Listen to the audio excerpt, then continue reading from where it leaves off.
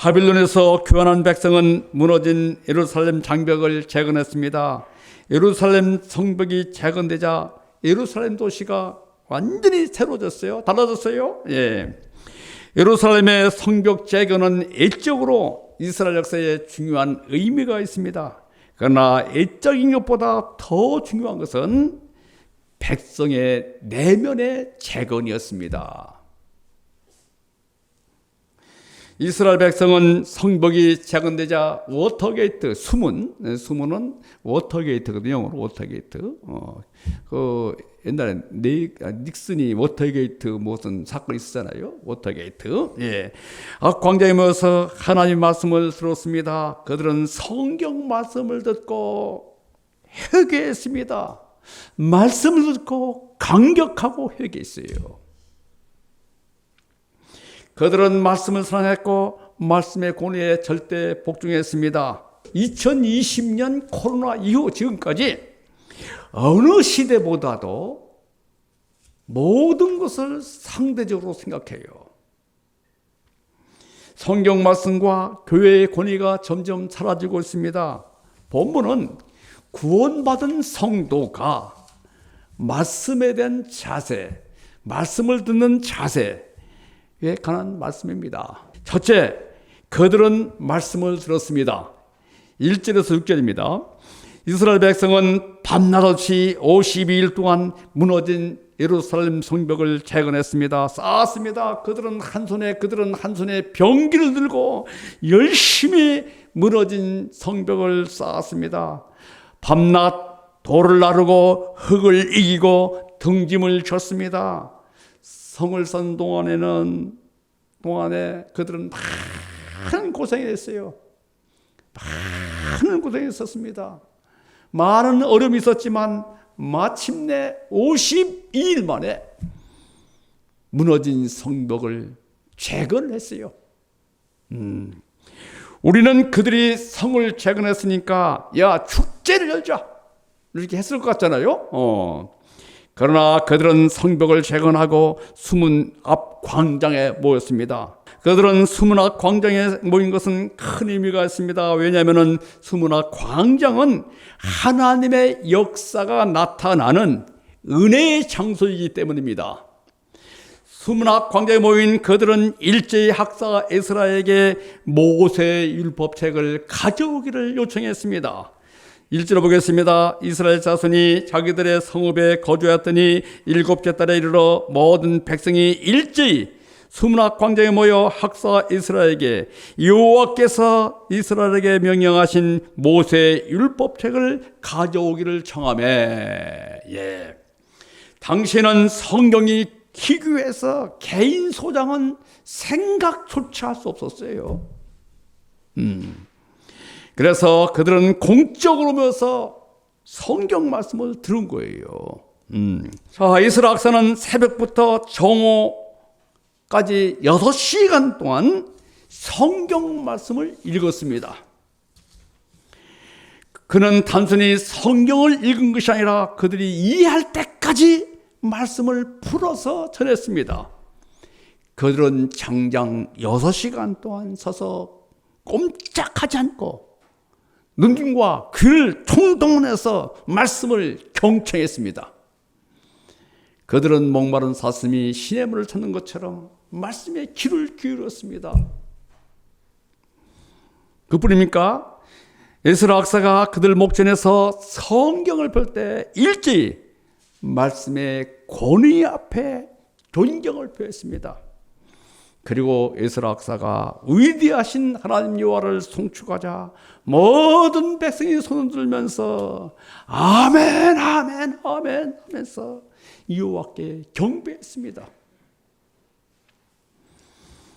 그들이 얼마나 말씀을 사모했는지 6시간 동안 서서 말씀을 청종했어요. 6시간 동안. 6시간 동안 서서 말씀을 듣는 그들의 모습을 한번 생각해 보세요. 여러분들은 앉아서 30분 동안 듣는 것도 그냥 막 몸을 비비 꼬고 그냥 졸고 그냥 하품하고 그냥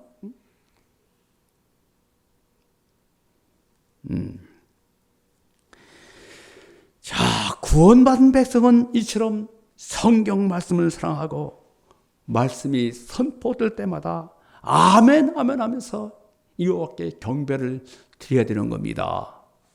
우리 믿음의 선배들은 말씀을 읽기를 참 즐거워했습니다. 성경 말씀을 듣는 것을 사모했습니다. 성경 말씀을 얼마나 사모했는지 애국 선교사들은 한국 크리스천들을 바이블 러버, 성경을 사랑한다는 사람이라고 이렇게 애칭을 붙였어요. 별명을 붙였어요. 바이블 러버. 자, 우리 믿음의 선배들이 얼마나 성경을 사랑했고 말씀을 사모했는지 아십니까? 1907년 평양에서 성경 상해가 있었어요. 그때 목포에서 평양까지 이불, 짐을 그리고 먹을 것을 싸가지고 목포에서 평양까지 사경에 참석했어요, 여러분들. 지금 아마 KTX로 목포에서 평양까지 가려면 5시간 이상 걸릴 거예요. 근데 100여 년 전에 목포에서 평양까지 그 먼 거리를 성경을 듣기 위해서, 성경 말씀을 공부하기 위해서 먹을 것, 이불짐을 싸가지고 갔어요. 네. 그들의 말씀 사랑으로 1907년에 평양 대부흥 사건이 생겼죠. 일어났죠. 그것이 바로 한국교회 성장의 모멘텀이 되었습니다.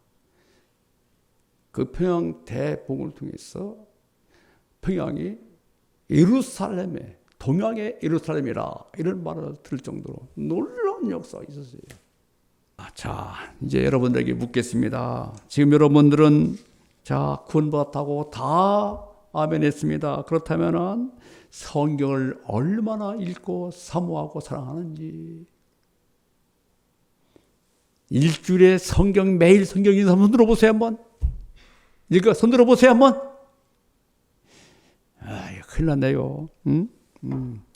일주일에 책상이나 어디 방 어디 구석기다가 놓고 그냥 들고 슬슬 이렇게 해가지고 오는 사람들. 예. 아니면은 아예 교회에다가 성경을 놓고 오는 사람. 또 차에다가 놓고 이제 주일날 또 오는 사람. 그런 사람 없잖아. 있지 않겠는가 생각 드는데, 자, 구원받은 성도라면은 여러분들은 성경을 많이 읽으시고 성경 말씀을 경외하시고 성경 말씀을 높이시고 성경 말씀을 사랑하시기를 간절히 기도합니다. 그리고 직장에서 점심시간에 다 성경을 읽으시고, 우리 대학생들은 틈틈이 공간 시간 있지 않습니까? 성경을 읽고 기도하시기 바랍니다. 그리고 집에서 성경을 읽으시고 일주일에 한 번씩이라도 같이 집안 우리 자녀들과 함께 성경을 읽고 기도하는 시간을 갖기를 기도합니다. 그래서 우리 모두가 목자가 되기를 기도합니다. 자, 그들은 또 말씀을 깨달았습니다. 7절과 8절을 보면은, 자, 말씀 읽는 것이 영적 대각성의 출발점입니다. 거기에 끝나서는 안 됩니다. 한 걸음 더 나가서 성경을 읽고 성경을 이해해야 되는 거예요. 본문에 이해한다, understand이라는 단어가 2절에서 13절까지 6번 나와요. 이해가 중요하구나. 백성은 에스라 박사가 이는 말씀에 귀를 기울였습니다. 그들은 말씀 듣고 그 말씀의 뜻을 이해하고자 집중했습니다.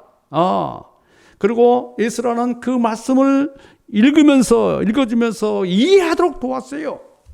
우리가 구원받은 성도라면은 말씀을 듣고 이해하고 더 나가서 그 말씀이 우리 심령에 박혀서, 그래서 그 말씀이 삶을 변화하고 영혼이 재건되고 또 속산이 변화되는, 그게 바로 심령의 변화, 새로운 역사입니다.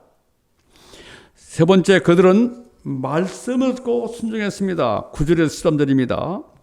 인간은 지정의의 존재입니다. 성경을 알고 이해하는 것이 지적이라면은 성경 말씀에 대한 간격은 정적입니다. 그리고 그 성경 말씀을 행동으로 나타나는 것이 의지적이죠. 의지적입니다. 만일 우리가 지식만 있고 정적인 간격이 없으면은 메말라요. 메말라. 반면에 지적이 없고 정적만 있으면 붕붕붕 달려다닙니다. 붕붕붕붕붕. 그리고 지와 정이 없고 의지만 있게 되면은 신앙이 부담스러워요. 그래서 신앙은 지정의, 알고 이해하고 감격하고 그에 따라서 행동으로 나타나야 됩니다. 이들은 바로 이해하고, 그렇죠? 감격하고, 그리고 행동으로 나타나는 균형 잡힌 신앙생활을 하는 것을 우리는 보게 됩니다. 이들은 첫째, 그들은 눈물과 기쁨으로 반응했습니다. 자, 8장 9절 읽어볼까요? 8장 9절 읽어보겠습니다. 시작. 백성이 율법의 말씀을 듣고 다 울은지라. 총독 느헤미야와 제사장 겸 학사 에스라와 백성을 가르치는 레위 사람들이 모든 백성이 이르기를 오늘은 너희 하나님 여호와의 성일이니 슬퍼하지 말며 울지 말라. 예. 그들은 말씀을 듣고 이해하고 깨닫고 울었어요. 울었습니다. 말씀이 감동이 된 것이죠. 예. 예. 또 여기서 감동으로 울었지만 한 걸음 더 나가서 자기 죄에 대한 애통함이 했습니다. 성경을 말씀을 듣고 보니까 자기 죄가 튀어나오는 거예요. 예. 그들의 죄로 성벽이 무너졌습니다.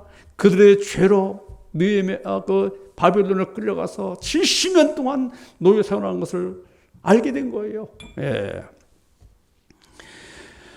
그들은 말씀 앞에 자신의 죄로 울었습니다. 그래서 워터게이트, 눈물의 바다가 됐어요. 눈물의 게이트가 됐습니다. 이처럼 우리가 구원받은 백성이라면 말씀을 듣고 내 죄로 인해서 울어야 되고 내 민족의 죄로 인해서 울어야 됩니다. 그런데 느헤미야와 에스라는 이제 우는 것을 끝나지 말고 기뻐하겠습니다. 왜냐하면 하나님의 성일이다. 예. 예. 우리는 나의 죄로 인해서 민족의 죄로 인해서 울어야 됩니다. 그리고 대학의 죄로 지정의 죄로 인해서 울어야 되는데 거기서 한 걸음 더 나가서 이는 하나님께서 나의 죄를 용서하신 예수 그리스도의 십자가의 은혜로 감사하고 감격할 수 있어야 됩니다. 십자가가 뭡니까? 죄를 깨우쳐 주는 것이고 죄에 대한 용서함에 대한 기쁨이에요. 죄에 대한 애통함과 죄를 용서하신 은혜에 대한 기쁨이 넘치는 것이 그리스도의 성도의 모습이에요. 둘째, 그들은 삶이 변했습니다. 12절 읽어볼까요? 12절 시작.